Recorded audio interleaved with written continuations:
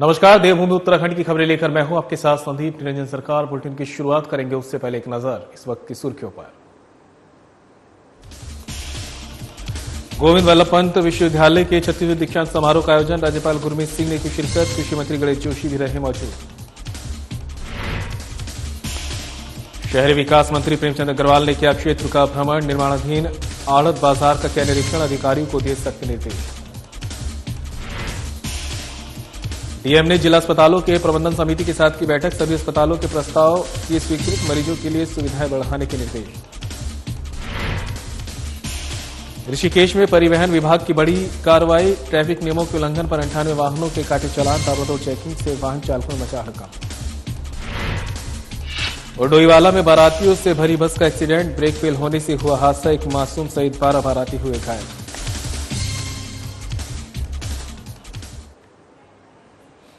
और बुलेटिन की शुरुआत बड़ी खबर के साथ करेंगे। देहरादून से आ रही है। आपको बता दें, केंद्रीय गृह एवं सहकारिता मंत्री अमित शाह देहरादून पहुंचे हैं। बड़ी खबर आप तक पहुंचा रहे हैं। अमित शाह का जॉलीग्रांट एयरपोर्ट पहुंचने पर हुआ भव्य स्वागत। कृषि मंत्री गणेश जोशी रहे उपस्थित। कृषि मंत्री गणेश जोशी ने पुष्प गुच्छ भेंट कर केंद्रीय गृह मंत्री का किया स्वागत और अभिनंदन। तो बड़ी खबर देहरादून से आप तक पहुंचा रहे हैं। यहां पर केंद्रीय गृह और सहकारिता मंत्री अमित शाह देहरादून पहुंचे। तस्वीरें आप देख सकते हैं किस तरह से जब पहुंचे तो उनका भव्य तरीके से स्वागत किया गया है। कृषि मंत्री गणेश जोशी उपस्थित रहे और पुष्प गुच्छ देकर उनका स्वागत किया गया।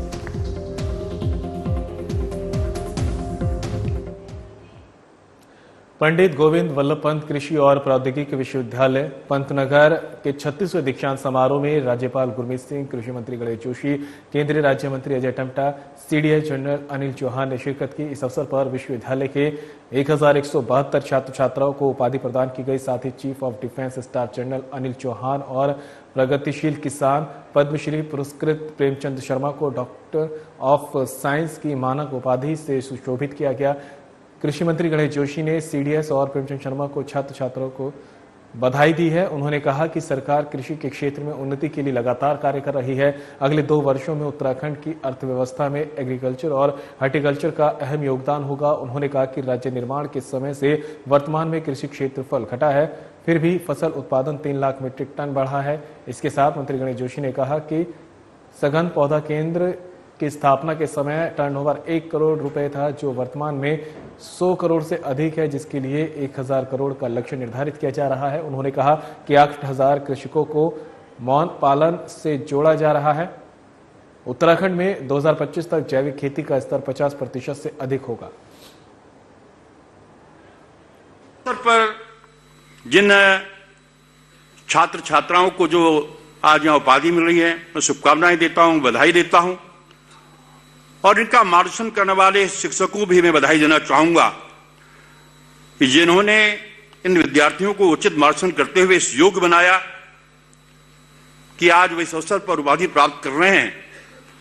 विश्वविद्यालय के अन्य कार्मिक जिन्होंने विद्यार्थियों की सभी आवश्यकताओं को पूरा किया, जिससे आज विद्यार्थी उपाधि प्राप्त कर रहे हैं, मैं उनको भी बधाई देता हूं। यहां से निकले हुए छात्र छात्राओं ने कई बड़े बड़े संस्थानों में अपना स्थान बनाया है।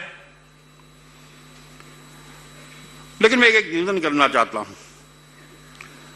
कृषि मंत्री के नाते मेरा 30वां वर्ष है और जब मैं प्रदेश में घूमता हूं और मैं देखता हूं कि हमारे अगर पहाड़ के रहने वाले लोग भी काफी संख्या मुझे दिखाई दे रहे हैं। हमारे पहाड़ में जो प्रजातियां होती थी, जब माल्टा होता था, कीनू होता था, जो अन्य फसलें होती थी, वो धीरे धीरे समाप्त हो रही। मुझे याद है जब मैं बचपन में अपने गांव जाता था तो मेरे घर में जो बाहर माल्टे से लदे रहता था, नारंगी से लदे रहता था, और अभी मैं पिछले जून में गया तो समाप्त से हो गए हैं।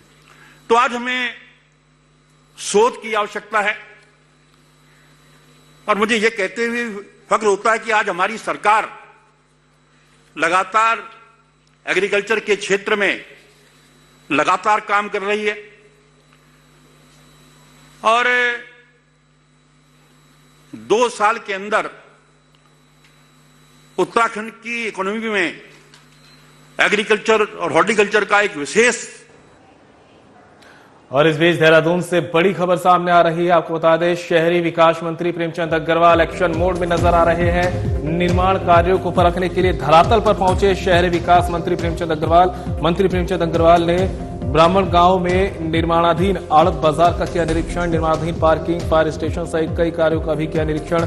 अधिकारियों को सख्त निर्देश दिए गए हैं। कार्यों की गुणवत्ता से कोई भी समझौता नहीं, तय समय में पूरा करे कार्य। 356 प्रभावित व्यापारियों में से 285 व्यापारियों को दिया जा रहा है प्लॉट। ये कहना है प्रेमचंद अग्रवाल का। वर्तमान दुकान के मूल्य के आधार पर दिया गया प्लॉट। आड़त बाजार के दोनों ओर सड़क बनाने का कार्य गतिमान।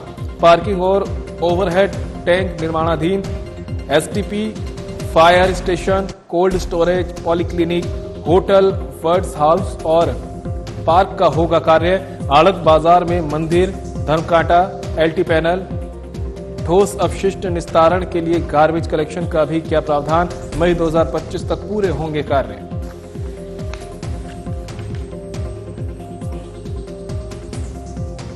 देखिए, आप जानते हैं जो हमारा आड़त बाजार इस टाइम जहाँ पे संचालित है, वहाँ चूंकि आड़त बाजार का मतलब है कि ट्रकों का आना, ट्रकों का जाना, वो माल का लोडिंग और अनलोडिंग होना।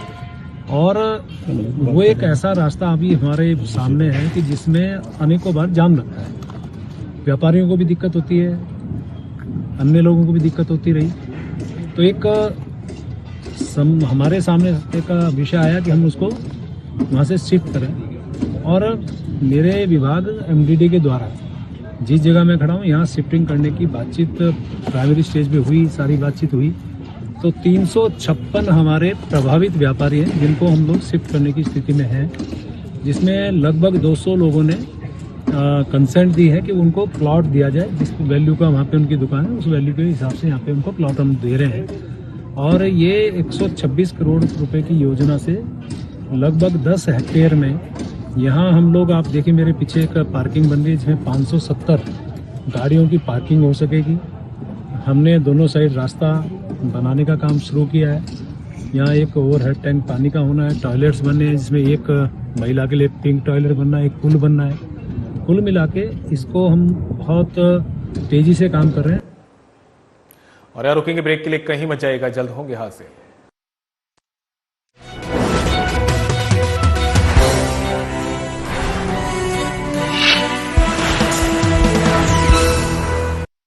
प्रदेश के निवासी जिन खाद्य पदार्थों और दवाइयों का सेवन करते हैं, उनकी गुणवत्ता सुनिश्चित करने की जिम्मेदारी है उत्तराखंड सरकार के food safety and drug administration के मजबूत कंधों पर।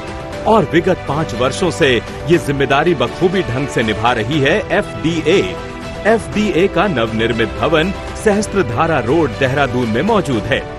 ये सरकारी औषधि परीक्षण प्रयोगशाला दवा के नमूनों के परीक्षण में उपयोग किए जाने वाले नवीनतम और अत्यधिक उन्नत उपकरणों से लैस है। दवा के नमूनों में माइक्रोबियल टेस्ट के लिए नए दिशा निर्देशों के अनुरूप एक नवनिर्मित, पूरी तरह सुसज्जित माइक्रोबायोलॉजी लेबोरेटरी भी स्थापित की गई है। इतना ही नहीं, खाद्य नमूनों में अवशिष्ट एंटीबायोटिक दवाओं, कीटनाशक और भारी धातुओं का पता लगाने के लिए GCMS, ICP-MS, LC-MS जैसे उच्च स्तरीय उपकरण भी state food and drug testing laboratory में लगाए गए हैं। FDA समय समय पर बाजार से खाद्य पदार्थों और दवाओं के सैंपल एकत्र कर उनकी बारीकी से जांच करती है, ताकि प्रदेश वासियों की सेहत से ना हो कोई समझौता। 2022-23 में 460 सैंपल में से 80 सैंपल गुणवत्ता टेस्ट में फेल हुए। ड्रग्स कंट्रोल विंग ने नियम तोड़ने वालों पर कार्रवाई करते हुए TNC एक्ट के तहत 6 और NDPS एक्ट के तहत 8 मुकदमे दर्ज किए और 36 आरोपियों को गिरफ्तार किया। इसी तरह फूड सेफ्टी विंग ने वर्ष 2023-24 में 355 मुकदमे दर्ज किए, जिनमें से 345 मामलों के फैसले आ चुके हैं। इनमें से 332 मामलों में जुर्माने लगाए गए, जिनकी कुल राशि 1,04,23,000 है। FDA उत्तराखंड, आपके स्वास्थ्य के सच्चे प्रहरी।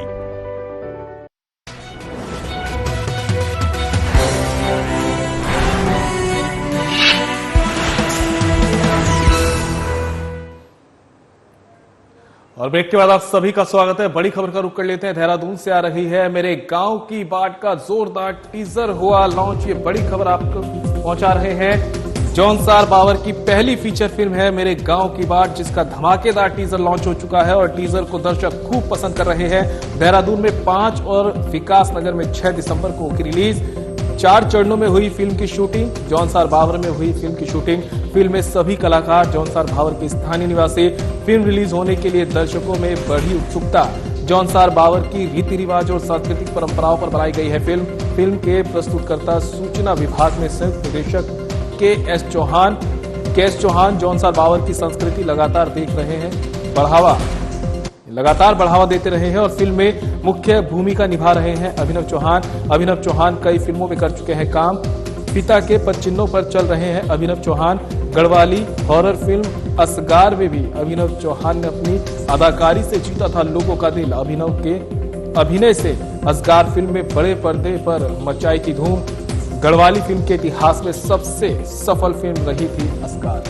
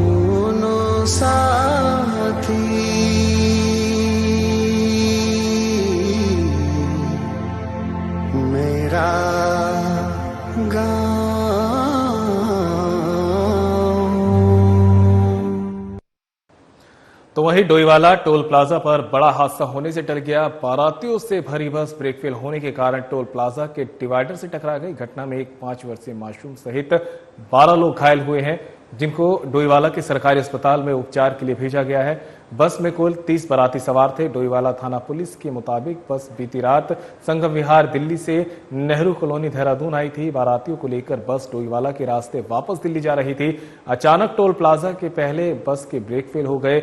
चालक ने तत्परता दिखाई और बस को टोल प्लाजा के डिवाइडर से टकरा दिया। जोरदार झटका के साथ बस उल्टी तो बस में सवार बाराती एक दूसरे के ऊपर गिर पड़े। जान बचाने के लिए बाराती चिल्लाने लगे। घटना देखकर टोल प्लाजा कर्मी बचाव के लिए भागे। किसी तरह बारातियों को बाहर निकाला गया और घटना की जानकारी पुलिस को दी गई। पुलिस ने एम्बुलेंस से एक मासूम सहित 12 बारातियों को घायल अवस्था में डोईवाला सरकारी अस्पताल भेजा। डोईवाला के कोतवाल विनोद गुसाई ने बताया कि मामूली चोट होने की वजह से सभी घायलों को प्राथमिक उपचार के बाद छुट्टी देकर गंतव्य की ओर भेज दिया गया है। ड्राइवर के मुताबिक बस के ब्रेक फेल हुए थे।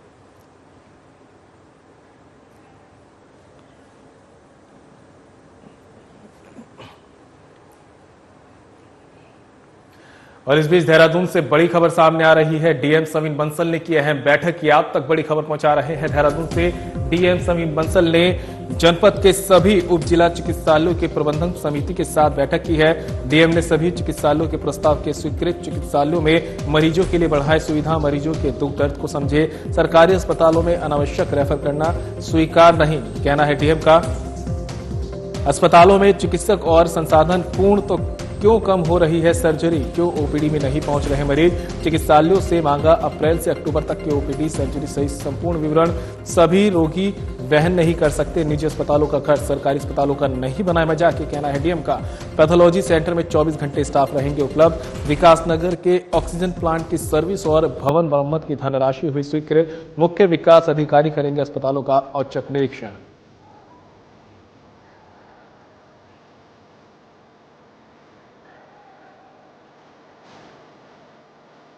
आप तक बड़ी खबर पहुंचा रहे हैं देहरादून में से, जहां पर डीएम समीर बंसल ने एक अहम बैठक की है और जनपद के सभी उप जिला चिकित्सालयों की प्रबंधन समिति के यहां पर सदस्य मौजूद रहे हैं। डीएम ने सभी चिकित्सालयों के प्रस्ताव स्वीकृत किए हैं। चिकित्सालयों में मरीजों के लिए सुविधाएं बढ़ाने के निर्देश दिए हैं। साथ ही कहा कि मरीजों के दुख दर्द को समझे।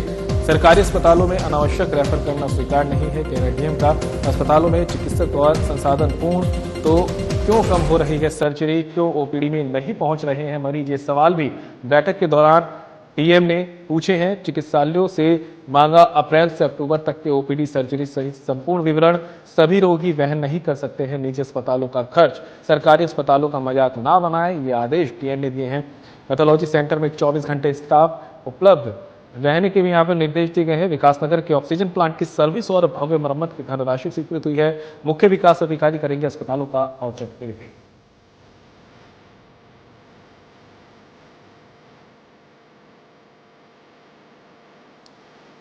बड़ी खबर आप तक पहुंचा रहे हैं देहरादून से। तस्वीरें आप देख सकते हैं। डीएम समीर बंसल ने यहाँ बैठक की है। सभी उप जिला चिकित्सालयों के प्रबंधन समिति के साथ ये बैठक की है। अधिकारीगण मौजूद रहे, तमाम तरह की चर्चा की गई और यहाँ पर चिकित्सालयों में प्रस्ताव यहाँ पर डीएम ने सभी स्वीकृत किए हैं। चिकित्सालयों में मरीजों के लिए बड़ा सुविधाएं निर्देश दिए गए हैं। साथ ही सरकारी अस्पतालों में अनावश्यक रेफर करना स्वीकार नहीं किया जाएगा। अस्पतालों में चिकित्सक और संसाधन पूर्ण तो कम क्यों हो रही है सर्जरी, ये सवाल भी किया है डीएम ने प्रबंधन समिति से। और ओपीडी में क्यों नहीं पहुंच रहे हैं मरीज, चिकित्सालयों से मांगा अप्रैल से अक्टूबर तक की ओपीडी सर्जरी सहित संपूर्ण विवरण। सभी रोगी वहन नहीं कर सकते हैं निजी अस्पतालों का खर्च, सरकारी अस्पतालों का ना बनाना चाहिए।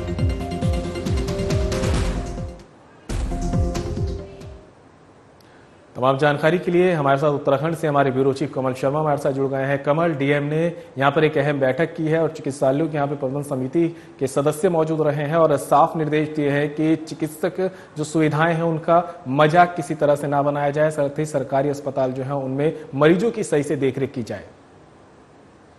हाँ संदीप, बिल्कुल सही है। जब से जिलाधिकारी समीर बंसल ने यहाँ पर डीएम का चार्ज लिया है देहरादून का, तब से हम देख रहे हैं कि लगातार कहीं ना कहीं जहां जहां मेन समस्याएं हैं वो लगातार उनको दूर करने पड़ते हैं। सबसे बड़ी बात है स्वास्थ्य, शिक्षा और यातायात और अन्य जितनी भी चीजें हैं, सफाई व्यवस्था, उसको लेकर लगातार वो बैठ के करते रहते हैं और लगातार अग्रेसिव मोड में भी रहते हैं। तो वहीं आज उन्होंने जितने भी जिले के ये चिकित्सालय है उनके प्रबंधकों के साथ बैठक की है और साथ ही उन्होंने कहा है कि प्राइवेट जो अस्पताल होते हैं बहुत महंगे अस्पताल होते हैं, हर आदमी वहां पर इलाज का खर्चा नहीं उठा सकता।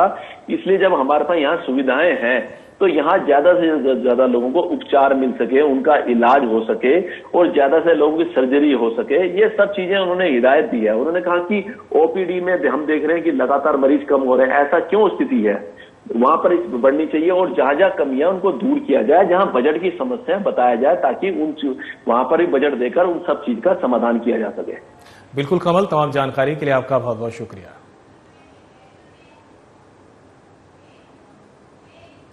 फिलहाल रुकेंगे ब्रेक के लिए, कहीं मत जाइएगा, जल्द होंगे हासिल।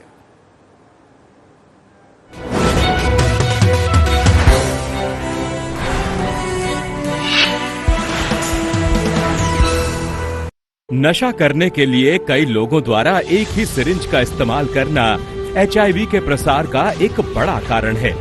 प्रदेश में HIV और एड्स से डटकर मुकाबला करने और इसके प्रसार की रोकथाम हेतु बड़े स्तर पर कार्यक्रम चला रही है उत्तराखंड सरकार। राष्ट्रीय एड्स नियंत्रण कार्यक्रम के तहत उत्तराखंड राज्य एड्स नियंत्रण सोसाइटी पूरे जोरों पर अपनी गतिविधियों का संचालन कर रही है। इंजेक्शन से नशा करने वालों यानी IDU के लिए राज्य में NGO के माध्यम से लक्षित हस्तक्षेप यानी TI प्रोजेक्ट लागू किया जा रहा है। इसके तहत 7 TI NGO के माध्यम से 2000 से अधिक ऐसे लोगों की मदद की जा रही है जो इंजेक्शन से नशा करते हैं। TI कार्यक्रम के तहत इन लोगों को काउंसलिंग, HIV और syphilis screening, abscess management, needle syringe के नुकसान को कम करने वाली सेवाएं जैसी कई जरूरी सुविधाएं प्रदान की जाती हैं। नशीली दवाओं की लत के शिकार लोगों के परिजनों से मिलकर भी उन्हें मोटिवेशनल सपोर्ट दिया जाता है। निडल सिरिंज एक्सचेंज प्रोग्राम यानी NSEP के तहत एनजीओ कर्मी नशीली दवाओं के इंजेक्शन लगाने वालों को नई सुई और सिरिंज मुहैया कराते हैं और पुरानी व इस्तेमाल की गई सुई और सिरिंज एकत्र करते हैं। साथ ही प्रशिक्षित चिकित्सा अधिकारी की देखरेख में ओपियोइड सब्स्टिट्यूशन थेरेपी यानी OST भी दी जाती है। राज्य के सरकारी अस्पतालों में 8 OST सेंटर हैं, जो देहरादून, रुड़की, हरिद्वार, रामनगर, नैनीताल, रुद्रपुर, काशीपुर और सितारगंज में मौजूद है। साथ ही 2 सैटेलाइट OST सेंटर भी हैं, जो दूर दराज के इलाकों में OST की सुविधा देते हैं। इंजेक्शन से ड्रग्स का नशा छुड़ाने को हम हैं तैयार। HIV एड्स रोकथाम को तत्पर उत्तराखंड सरकार।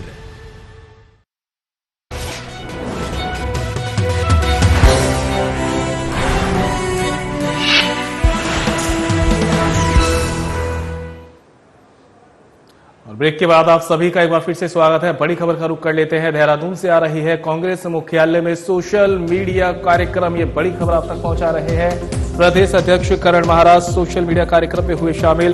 कांग्रेस में हुई कई नए युवा शामिल। प्रदेश अध्यक्ष करण महाराज ने नए युवाओं को फूल माला पहनाकर किया स्वागत। असली साथी वही जो समस्या से लड़ने और सिस्टम को ठीक करने के लिए कांग्रेस में हुए शामिल। करण महाराज कहना है, किसी का भी करियर कांग्रेस की लड़ाई से ना हो कमजोर। हम सबको एकजुट होकर लड़ने की जरूरत। घूसखोरों के बच्चों की ही लगती है नौकरी, सामान्य परिवार वालों के बच्चों की नहीं लगती नौकरी। गरीब और कमजोर लोगों को दबाया जाता है। भी पढ़ लो, लेकिन जिसके माँ बाप के पास 40-50 लाख रुपए घूस देने के लिए है, रिश्वत देने के लिए, उसके बच्चों की नौकरी लगेगी। जो परिवार सामान्य है उनके बच्चों की नौकरियां नहीं लगेगी। दूसरी तरफ किस तरीके से सत्ता को खरीदा जा सकता है, अभी हाल ही में हमने उदाहरण देखा। सोना चोरी हुआ, गर्भगृह के नियम तोड़े, अंकिता भंडारी से लेकर, पिंकी से लेकर, संतरेसा से लेकर तमाम लड़कियों के साथ रेप इस प्रदेश में हो रहे हैं, और उसके बावजूद भी बीजेपी किस तरीके से जीत रही, इसको समझने की जरूरत है।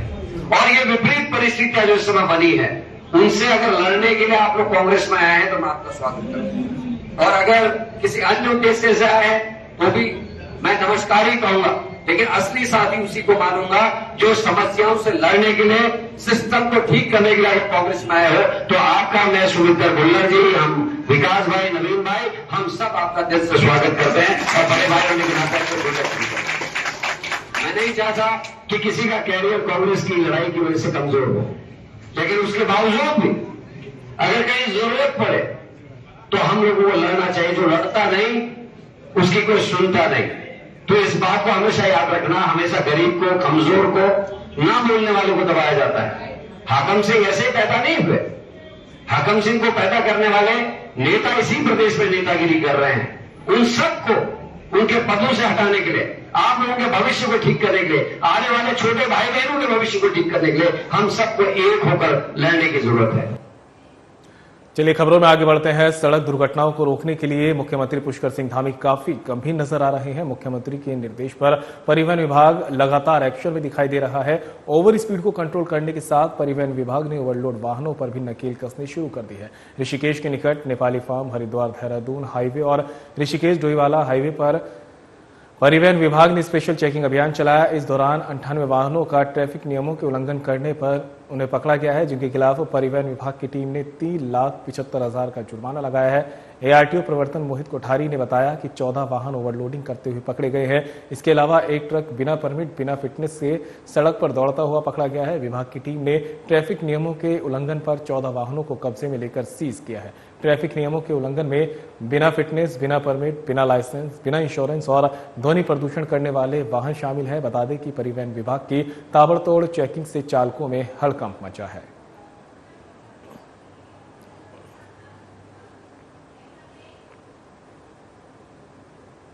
खबर पर ज्यादा जानकारी के लिए ऋषिकेश से हमारे सहयोगी दीपक नारंग हमारे साथ जुड़ गए हैं। ऋषिकेश से दीपक नारंग हमारे साथ जुड़े हैं। दीपक, जिस तरह से जो है लगातार यहाँ पर नियमों का उल्लंघन हो रहा था, इसको लेकर अब सीएम पुष्कर सिंह धामी भी सख्त नजर आए और उसके बाद अब विभाग भी यहाँ पर सख्त नजर आ रहा है। क्या कुछ अपडेट है, क्योंकि बताया जा रहा है कि बड़ी कार्रवाई यहाँ पर की है? देखिए, अभी कुछ दिन पहले ऋषिकेश में इंद्र मंदिर बडोनी चौक के निकट एक बड़ा सड़क हादसा हुआ था, जिसमें यूपीडी के नेता सहित 3 लोगों की जान चली गई थी। इस मामले में संज्ञान लेने के बाद मुख्यमंत्री पुष्कर सिंह धामी ने परिवहन विभाग को सख्त निर्देश दिए हैं कि किसी भी प्रकार से ओवरलोडिंग या अन्य किसी ट्रैफिक नियमों के उल्लंघन की वजह से किसी की जान नहीं जानी चाहिए। इसके लिए जितने भी ट्रैफिक के नियम है उनका पालन कराना जो है सुनिश्चित किया जाए। इसी कड़ी में जो है जो विभाग है वो अपना इस समय पे एक्शन में दिखाई दे रहा है और लगातार जो है दिन और रात में चेकिंग अभियान जो है वो चलाया जा रहा है। इसी चेकिंग अभियान के तहत कल जो पहला दिन था उसमें सबसे पहले ओवर स्पीड वाहनों के खिलाफ जो है बड़ी कार्रवाई की गई थी। इसमें 130 वाहनों के खिलाफ चालान काट 2.5 लाख का जुर्माना लगाया गया था। लेकिन आज की जो कार्रवाई हुई थी वो ओवर लोडिंग वाहनों के खिलाफ हुई थी। इसमें 98 वाहनों के खिलाफ। जानकारी के लिए आपका बहुत बहुत शुक्रिया। फिलहाल रुकेंगे, फिलहाल बुलेटिन मेरे साथ इतना ही, दीजिए इजाजत, नमस्कार।